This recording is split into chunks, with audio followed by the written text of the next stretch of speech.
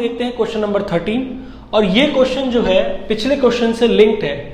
इसके अंदर ये कह रहा है कि अगर जो पिछले क्वेश्चन के अंदर ए और बी स्फीयर्स दिए गए थे उसके साथ में एक तीसरा स्फीयर जो बिल्कुल सेम है, मतलब सेम साइज का है और सेम मटेरियल का है लेकिन अनचार्ज है, ये दोनों चार्ज थे, इसके ऊपर चार्ज दिया गया था 6.5 इंटू 10⁻⁷ कूलम पिछले केस के अंदर। लेकिन अभी हमने क्या करा, ये दो स्फीयर तो है ही, साथ साथ में एक और स्फीयर है जो बिल्कुल इन्हीं के साइज का है लेकिन अनचार्ज है, उसको पहले ए के कांटेक्ट में लेकर आए, फिर बी के कांटेक्ट में लेकर आए और फिर उसको हटा दिया सिस्टम में से। तो इससे चार्जेस के ऊपर क्या फर्क पड़ेगा और इन दोनों स्फीयर के फोर्स के ऊपर क्या असर पड़ेगा, इस बारे में बात करनी है। इस बारे में ये पूछ रहा है what is the repulsive force, what is the new force of repulsion between A and B, right. तो समझते हैं इस क्वेश्चन को। चार्ज जो पिछले केस में दे रखा था वो कितना था, 6.5 इंटू 10⁻⁷ कूलम, और दोनों के बीच में जो डिस्टेंस था वो कितना था, 5 इंटू 10⁻⁻1 मीटर्स, राइट। तो ये था आपका ए और ये था आपका बी स्फीयर। लेकिन एक स्फीयर और था सी जो अनचार्ज, जिसके ऊपर कोई और चार्ज मौजूद नहीं है इसके ऊपर, राइट। तो अब इस स्फीयर को उठाकर इसके कांटेक्ट में लेकर आए। ध्यान दीजिएगा, जब मेटेलिक स्फीयर होता है तो चार्ज यूनिफॉर्मली डिस्ट्रीब्यूट होता है, मेटल सरफेस के ऊपर चार्ज यूनिफॉर्मली डिस्ट्रीब्यूट होता है, राइट। तो यहां पर भी चार्ज जो है, जब मैं इसको इसके कांटेक्ट में लेकर आऊंगा तो दोनों स्फीयर पे यूनिफॉर्मली चार्ज डिस्ट्रीब्यूट होगा। तो जब यूनिफॉर्मली चार्ज दोनों स्फीयर पे डिस्ट्रीब्यूट होगा तो टोटल एक ही पे चार्ज मौजूद है, तो वो क्या करेगा, आधा इस पे रखेगा, आधा उसको दे देगा। तो ये चार्ज जो है कांटेक्ट की वजह से ट्रांसफर हो जाएगा और आधा चार्ज इधर आधा चार्ज इधर यूनिफॉर्मली डिस्ट्रीब्यूट हो जाएगा, क्योंकि अब सिर्फ ए सरफेस नहीं रही है, बी सी वाली सरफेस भी आ गई है। तो दोनों मिल करके जो टोटल सरफेस बन रही है उस पर आधा आधा चार्ज आ जाएगा। अब मैंने सी स्फीयर को यहां से उठाया और बी स्फीयर से साथ में जोड़ दिया। अब यहां पर ये टर्म क्यों आ रहा है, इसको बहुत ध्यान समझेंगे। ये सी स्फीयर जब यहां से हटा तो इस स्फीयर के ऊपर ऑलरेडी Q/2 चार्ज मौजूद है अब, क्योंकि इसको ए के साथ में जब ज्वाइन किया था तो इस पे Q/2 चार्ज आ गया। जब इसको हटाया तो ए जो नीचे बच गया उसके ऊपर Q/2 चार्ज रह गया, बाकी Q/2 चार्ज सी पे चला गया। अब जब इस सी को इस बी के साथ में ज्वाइन करेंगे तो बी के पास में ऑलरेडी Q/2 चार्ज है और सी जब ज्वाइन हो रहा है तो उसके पास में क्या है, Q/2 चार्ज है। तो टोटल चार्ज कितना हो जाएगा, Q + Q/2। और ये चार्ज जो है इन दोनों पर, सी और बी के ऊपर, दोनों पर कंबाइंडली यूनिफॉर्मली स्टोर होगा, ठीक है। तो इसका आधा इस तरफ और आधा इस तरफ, तो इस तरीके से आ जाएगा। यहां पे एलसीएम लेंगे तो क्या हो जाएगा, 2Q + Q/2 whole divided by 2। ये 2 और ये 2 प्लस हो जाएंगे तो क्या हो जाएगा, ये 2Q + Q हो गया 3Q/4। तो 3Q/4 चार्ज आ रहा है दोनों में से किसी भी एक स्फीयर पर। तो 3Q/4 चार्ज इस पे आ गया, 3Q/4 चार्ज इस पे आ गया, राइट। तो ये आ गया आपका चार्ज जो बी और सी पर इंडिविजुअली आएगा। तो जब मैंने इसके बाद में मैंने क्या किया, इन दोनों को अलग अलग हटा दिया, मतलब इसको हटा दिया मैंने यहां से। तो अब क्या बचेगा, बी बचेगा 3Q/4 चार्ज के साथ में और ए बचा हुआ Q/2 चार्ज के साथ में। तो अब नेट चार्ज जो इनके ऊपर ये हो गया, Q/2 हो गया इसके ऊपर और इसके ऊपर 3Q/4 हो गया और डिस्टेंस वही है, राइट। पहले चार्ज Q था लेकिन अब चार्जेस ये हो गए दोनों के ऊपर और डिस्टेंस वही है। तो फोर्स का फॉर्मूला इस केस में क्या आ जाएगा, K × Q/2 × 3Q/4 divided by R का स्क्वायर।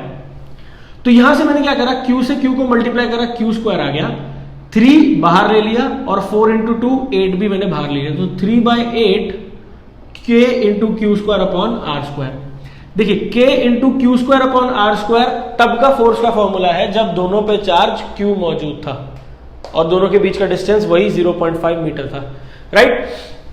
तो इसका आंसर पिछले केस में क्वेश्चन नंबर 12 के अंदर आप निकाल चुके हैं 1.52 × 10⁻⁷। ये आंसर आप पिछले केस के अंदर निकाल चुके हैं 12th उसके अंदर, तो हम इसको इस्तेमाल कर सकते हैं यहां पर।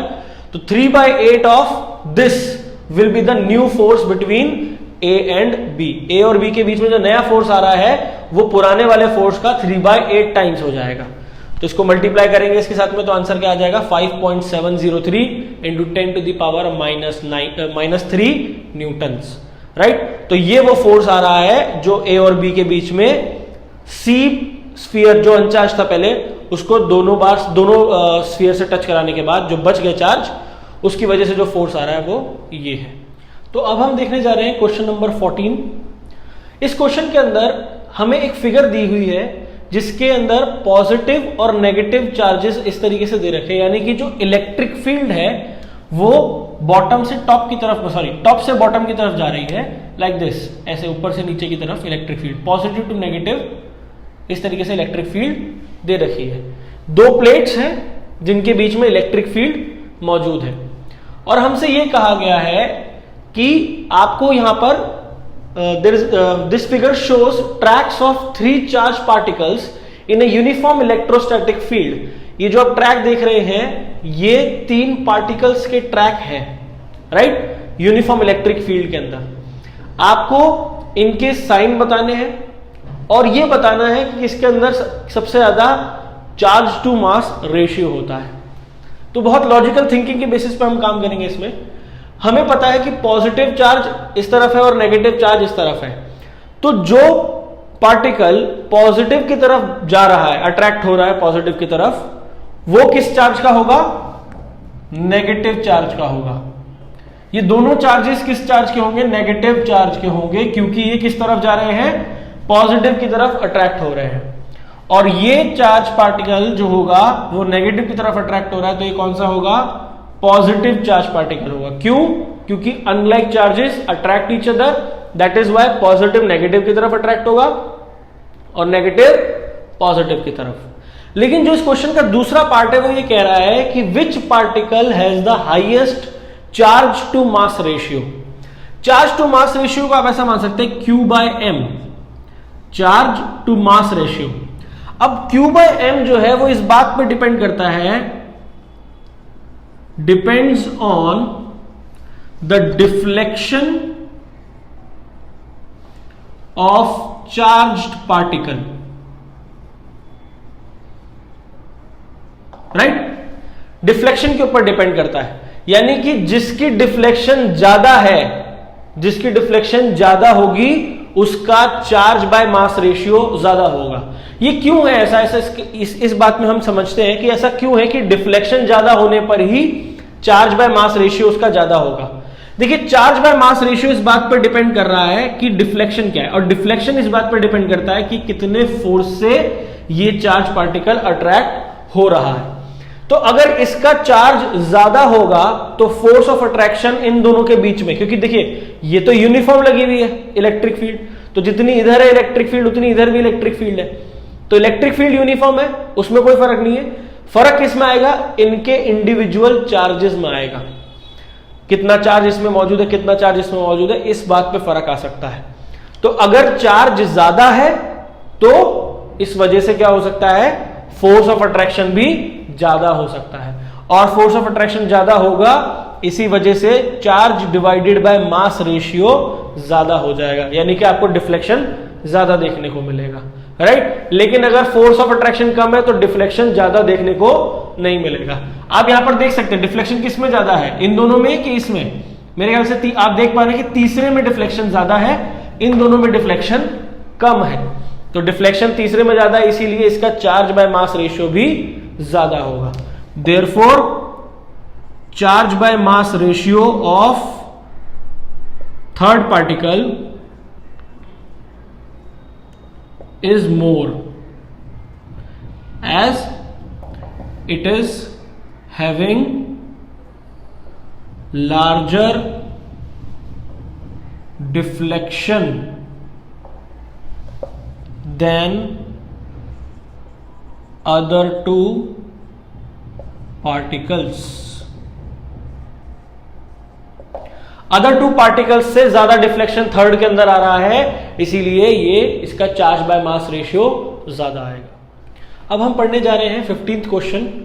15th क्वेश्चन में ये पूछ रहा है कि अगर हम ये मान ले कि एक यूनिफॉर्म इलेक्ट्रिक फील्ड है जिसकी वैल्यू है 3 × 10⁻³ जो कि के आई कैप डायरेक्शन कौन सी होती है? जो एक्स की डायरेक्शन होती है, राइट? तो I cap is the direction of x.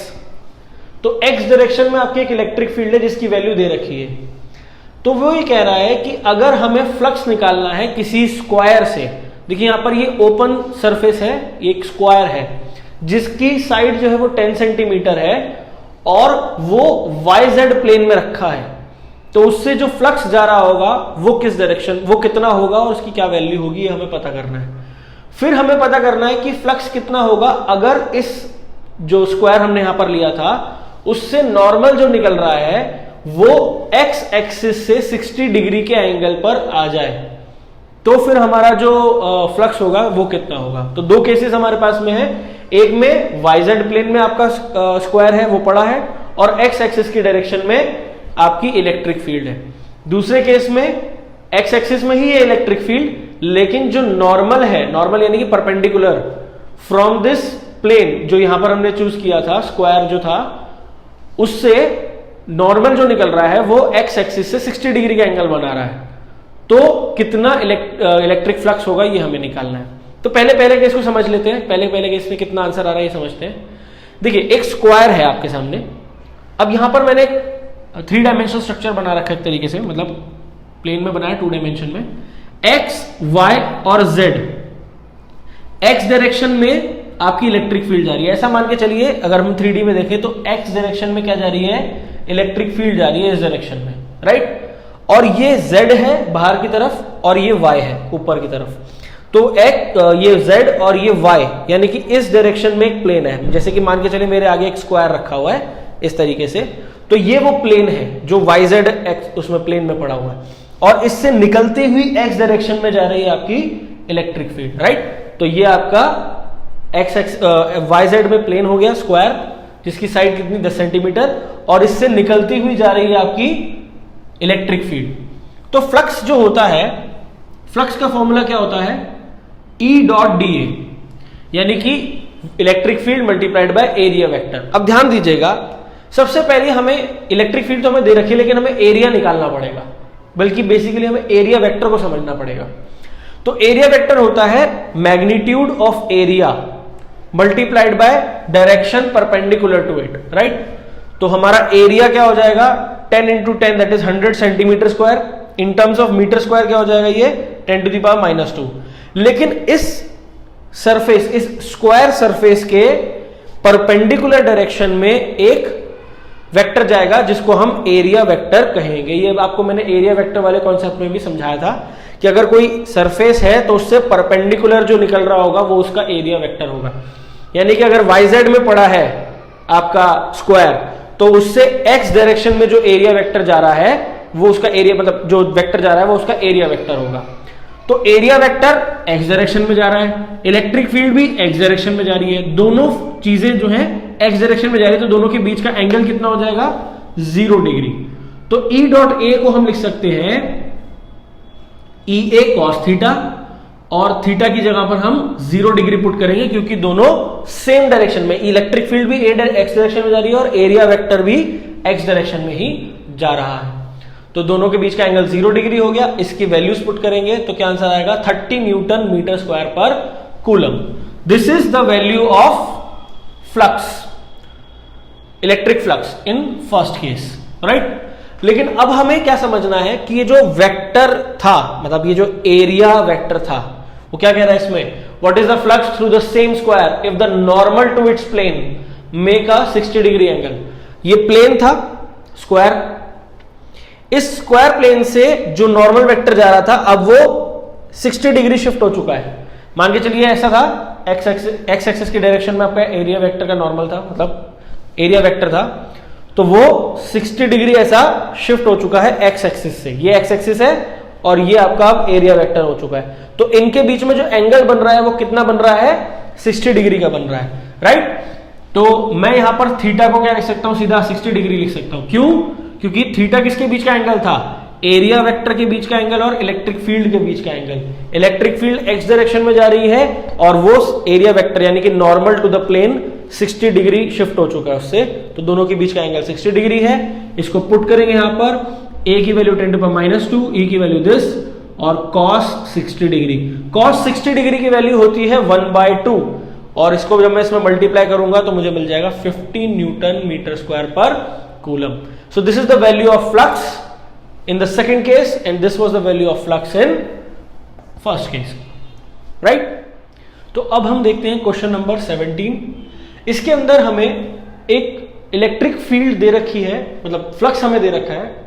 यहां पर लिखा है careful measurement of electric field at the surface of black box indicate the net outward flux through the surface of the box is this much. मतलब एक black box है, उसकी surface पे से जो आउटवर्ड निकलने वाली इलेक्ट्रिक फील्ड है उसका मेजरमेंट करने के बाद में जो फ्लक्स निकल रहा है वो इतना निकल रहा है। ये फ्लक्स हमें ऑलरेडी पता है। तो वो क्या पूछ रहा है इसमें कि what is the net charge inside the box. Obviously अगर बॉक्स में से फ्लक्स निकल रहा है इसका मतलब फ्लक्स आ रहा है उसके अक्रॉस, इसका मतलब है कि उसके अंदर कुछ ना कुछ चार्ज जरूर होगा, राइट? तो वो चार्ज कितना है हमें पहले केस में वही निकालना है। दूसरे केस में वो क्या कह रहा है कि अगर उस सरफेस से निकलने वाला जो फ्लक्स है वो जीरो हो जाए तो क्या आप ऐसा कंक्लूड कर सकते हो कि उस बॉक्स के अंदर जो चार्ज मौजूद है वो जीरो चार्ज मौजूद है, मतलब कोई भी चार्ज मौजूद नहीं होगा? अगर हां तो क्यों, और अगर नहीं तो क्यों, राइट? तो सबसे पहले हम पहले क्वेश्चन को समझते हैं। पहले क्वेश्चन में हमें चार्ज निकालना है और फ्लक्स दे रखा है। आपको गॉस थ्योरम याद होगा। गॉस थ्योरम में ऐसा कहा गया था कि अगर किसी सरफेस से कोई फ्लक्स हमें निकालना है, अगर कोई क्लोज सरफेस है और उससे हमें फ्लक्स निकालना है तो उस क्लोज सरफेस के अंदर जितना भी चार्ज मौजूद होगा उसको एप्सिलॉन नॉट से डिवाइड कर दीजिए, आपको फ्लक्स मिल जाएगा। उसी फॉर्मूले को इस्तेमाल करेंगे यहां पर। फ्लक्स हमें पता है 8 × 10³ न्यूटन मीटर स्क्वायर पर कूलम मौजूद है यहां पर, और गॉस थ्योरम से हमें ये फॉर्मूला भी पता है। तो हम चार्ज निकाल सकते हैं कैसे? Epsilon not multiplied by flux. ये इधर आ जाएगा मल्टीप्लीकेशन में। एप्सिलॉन नॉट की वैल्यू होती है 8.854 × 10⁻⁻12 और फ्लक्स हमें दे रखा है 8 × 10⁻3। इसको मल्टीप्लाई करेंगे तो हमें मिल जाएगा 7.08 × 10⁻⁻8 कूलम। और इसको थोड़ा सा और मॉडिफाई करेंगे तो हम देख सकते हैं कि 0.07 माइक्रो कूलम के बराबर आता है, राइट? चार्जेस को जनरली माइक्रो कूलम के अंदर दिखाया जाता है, बताया जाता है, तो इसीलिए यहां पर हमने इसको माइक्रो कूलम में बताया है, राइट? अब सेकंड क्वेश्चन में वो ये कह रहा है कि क्या जरूरी है ऐसा कि अगर किसी सरफेस, कोई क्लोज सरफेस है जिससे फ्लक्स जो निकल रहा है वो जीरो है, तो इसका मतलब उसके अंदर मौजूद जो चार्ज है वो भी जीरो होगा, मतलब कोई चार्ज मौजूद नहीं होगा? तो ऐसा जरूरी नहीं है कि उसके अंदर जो चार्ज है वो कुछ भी नहीं है, कोई भी चार्ज मौजूद नहीं है। उसके अंदर हो सकता है कि चार्ज मौजूद हो लेकिन जो नेट चार्ज आ रहा हो वो जीरो आ रहा हो। नेट चार्ज जीरो कैसे आ सकता है? हो सकता है उसके अंदर इक्वल अमाउंट ऑफ पॉजिटिव और equal amount of negative charges मौजूद हो, जिसकी वजह से जो नेट चार्ज बन रहा हो वो जीरो हो। बॉडी के ऊपर जो नेट चार्ज है वो जीरो है, जिस वजह से फ्लक्स जीरो हो गया। लेकिन ऐसा जरूरी नहीं है कि उसके अंदर कोई चार्ज ही मौजूद नहीं है। उसके अंदर चार्ज हो सकता है वो पॉजिटिव और नेगेटिव दोनों बराबर रहे हो, इस वजह से नेट चार्ज जो है वो जीरो हो गया और आपको कोई भी फ्लक्स देखने को नहीं मिला।